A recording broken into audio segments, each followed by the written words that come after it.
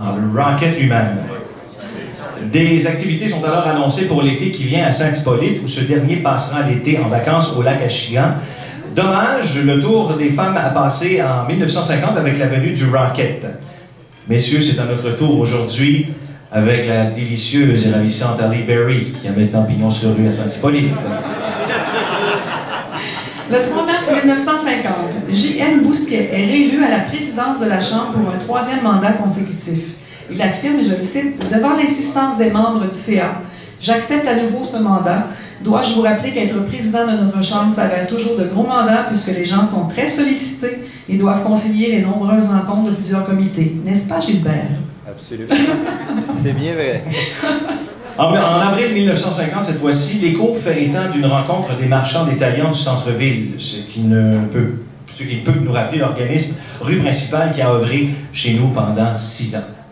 En avril 1950, M. Jacques Normand prononce une conférence pour la Chambre des jeunes à Saint-Jérôme. 1950, cette fois-ci, de nombreuses annonces au Théâtre du Nord et au Théâtre Rex. Et j'étais voir E.T. l'extraterrestre en 1980.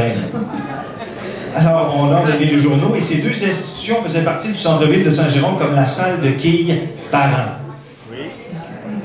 C'est également en 1950 que les gens ont pu bénéficier d'un aréna.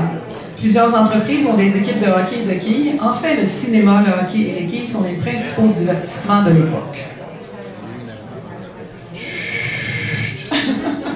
C'est important ce qu'on dit, cours d'histoire. En 1950, la Chambre organise une collecte de livres. Anciennement, la Chambre voyait certes aux affaires économiques, mais également à des actions aujourd'hui assurées par les nombreux organismes sans but lucratif de la région, dont il faut rappeler l'excellent travail, et le travail acharné aussi. Exactement, il y en a plusieurs qui sont membres de la Chambre, et c'est très bien. En juin 1950, le magasin Bond offre à sa clientèle un complet pour 29,95 $. Quelle aubaine! Et pour 25 cents supplémentaires, une seconde paire de pantalons, vous pouvez vous offrir, messieurs. Le simple nom de ce magasin me rappelle la performance de Maître Lapierre en ouverture du gala de 8-3. Excellente performance d'ailleurs. En octobre 1950, précisément le 1er, l'Hôtel Dieu Feu Béni. Cet hôpital, construit sur un terrain donné par la compagnie Roland au coût de 1 750 000 $, compte 9 étages et peut accueillir quelques 250 patients. Depuis, une série d'agrandissements et la dispense, bien sûr, de plusieurs nouveaux services se sont ajoutés, grâce, entre autres, au travail acharné de Maître Gaétan Ruel et des gens de la Fondation, dont Mme Aline Desjardins, qui est avec nous ce soir. Mme Sylvie Chartrand aussi. Il y a beaucoup de monde impliqué à la Fondation. Oui, un travail colossal. Merci. En novembre 1950, était décédé J.W. à 75 ans. Il avait été le président de la Renaissance de la Chambre en 1930 et était vu comme l'un des membres les plus actifs à ce jour de la Chambre de commerce. Le 31 décembre 1950 fut inventé le décompte. Le décompte. Je ne sais pas, là, hein? Le 31 décembre 1950 fut inventé le décompte. Vous êtes vite, M. Gascon, là-dessus. Inauguration officielle de l'Arena à Saint-Jérôme. Et d'ailleurs, en début des années 51, l'Écho faisait abondamment l'état de tous les matchs disputés dans la nouvelle Arena. Des textes complets décrivant les matchs opposant les commerçants locaux y apparaissaient en grand nombre. En avril 1951, plus précisément les 20, 21 et 22 avril, un salon de l'auto est organisé à l'Arena. Plus tard, dans les années 80, la foire commerciale s'y est tenue pendant de nombreuses années. Oui, merci. Le 27 avril 1951, je t'en prie, M. Avila Légaré, artiste bien connu à l'époque, tient une conférence devant les membres de la Chambre. Plus de 50 ans plus tard, M. Légaré assure l'animation du gala que j'ai eu le plaisir de co-animer avec lui. En 1953, une franchise des restaurants Dagwoods avait pignon sur rue au 272 Saint-Georges. Eh oui, suivez la saveur Dagwoods. C'est là pareil.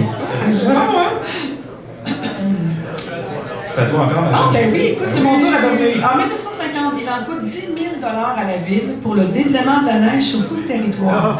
Versus aujourd'hui, combien? Sûrement quelques centaines de plus. Oui. Pas de millions. Ouais. La neige est plus pesante, il faut dire. Oui, oui. Ça a changé, ça. En 1953, une franchise des... Non, c'est pas vrai. Le 17 février 1955, la Chambre de commerce en faveur d'un poste de radio dans les Laurentides. Et c'est depuis 1942 que cette idée plane dans l'air.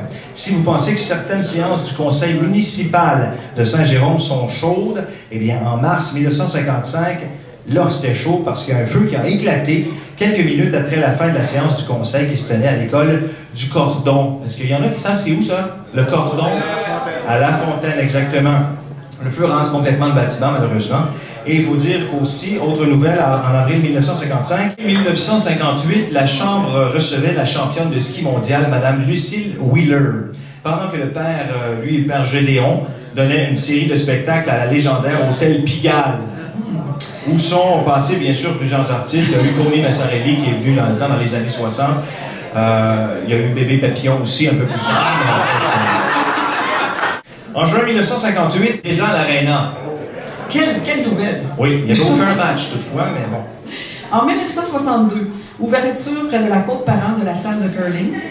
Enfin, une nouvelle activité qui s'ajoute pour les Géants. En 1968, est-ce que vous avez une petite idée de ce qu'on a ouvert comme porte à Saint-Jérôme? En 1968, il y a un édifice qui a ouvert ses portes. En 1968, un gros édifice reconnu. Il y a des gens qui viennent d'ailleurs pour étudier. Le cégep de Saint-Jérôme voyait le jour. Et quelques-unes en rafale avant de faire la conclusion avec notre président. Les Panthères de Saint-Jérôme sont nés dans les années 90. Le CLD a fêté 20 ans l'an passé, la MRC 25 ans. Il y a eu la venue de l'Académie La Fontaine. On voit qu'on a une région très dynamique. On a vu tantôt qu'on a des présidents et présidentes très dynamiques. On les remercie beaucoup de leur engagement, de leur implication. Et merci de votre écoute, ce fut fort plaisir.